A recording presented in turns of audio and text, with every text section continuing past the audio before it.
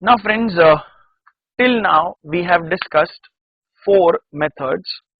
The methods for evaluating long-term projects. The first one was the payback period. Then we learned the net present value method, profitability index, discounted payback period. Now let us take the next method for evaluating long-term projects, and that is nothing but the internal rate of return, more popularly called IRR. Now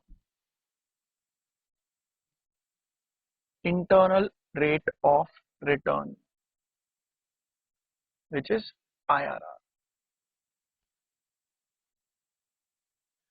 Now to make you people understand this internal rate of return, let me first give you the meaning and then take an example. Thereafter we'll learn exhaustively how IRR is calculated and all the stuff we'll discuss.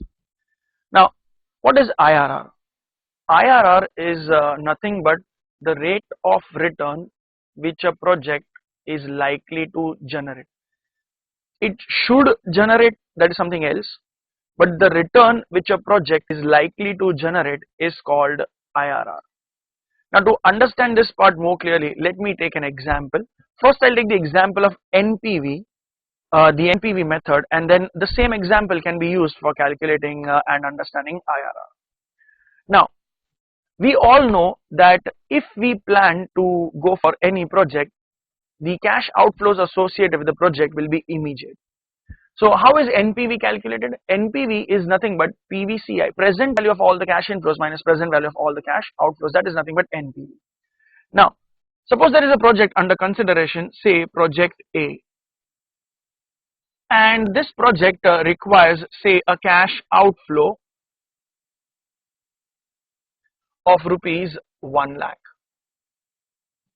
and assuming that this project is going to have a life of 3 years, this project is going to generate cash inflows for 3 years, and the cash inflows which the project is going to generate, obviously it's going to generate in future. So year wise I'm giving you the cash inflow. So we can say this will be future value of cash inflows. I estimated that I'll be generating cash inflows of 40,000 in year 1. At the end of year 2 I'll generate 50,000. At the end of year 3 I'll be generating 60,000. Now we all know that this cash outflow is in present value terms and the cash inflows here are in future value terms. Present value of the cash outflow and future value of the cash inflows, they are not comparable. Why? Because of the timing difference. That is what we learned in NPV. These cash flows are not comparable, and to make these two things comparable, what we need to do is we need to discount all the future value cash flows and bring it to present value. Now to convert the future value to present value, I will require a discounting factor rate. Now friends, in NPV method, the discounting factor rate which we used was which one? It was always cost of capital. It was always cost of capital. Now what is cost of capital? We recollect now, the cost of capital is nothing but the minimum return which the investors expect on their investment is the returns for the investors, but it is cost of capital for the company. So this discounting factor which is used in NPV technique is always cost of capital. Let me assume that when you people made the investment with the company, you people expected 10% return on your investment, and now that 10% return which you expected on your investment becomes cost of capital for the company. So that 10% will be acting as a discounting factor rate. I will calculate the discounting factors of the respective years and then I'll be getting the present value. Now let us assume hypothetically, I'm not doing the calculations here to the precise, I just want to explain how IRR is calculated and what exactly is IRR. Now suppose when we calculated, we discounted the future values and brought to the present value, we came to a conclusion that the present value of the cash inflow is 1,20,000. Now how is NPV calculated? We all know that NPV is equal to PVCI minus PVCO, and here the NPV is coming to positive 20,000. So now friends, decision rule of NPV, tell me fatafat, what is the decision rule of NPV? If NPV is positive, we will accept the project If NPV is negative, we will reject it. If NPV is 0, we are indifferent. Now, when the NPV comes to positive, friends, technically what it means?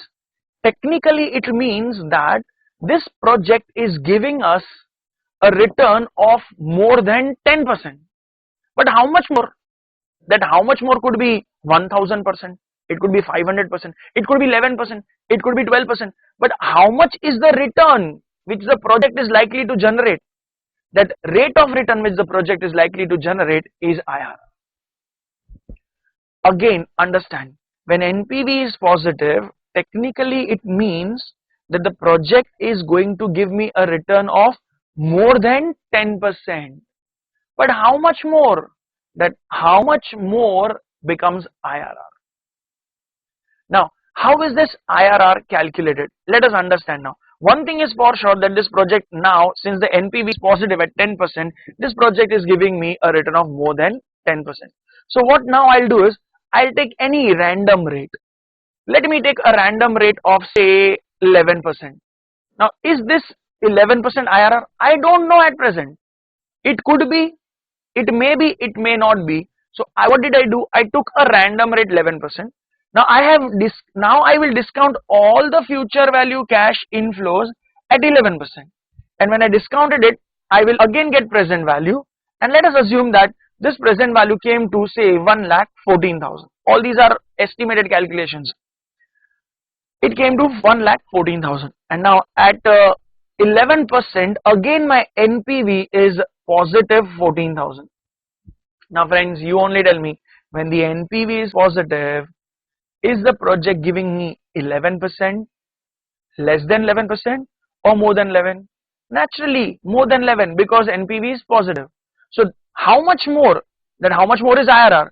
But I know that the rate of return which this project is giving me is more than 11%. But how much is that? I need to calculate that. Now what I'll do is, I'll take one more discounting factor rate, 12%. Is it IRR? At present I don't know. Now I will again convert the future value cash inflows to present value by discounting at 12%, and this will give me present value. And when I did the calculation, suppose let's assume that it gave us an answer of 1,10,000. So now I am still having a positive NPV of 10,000.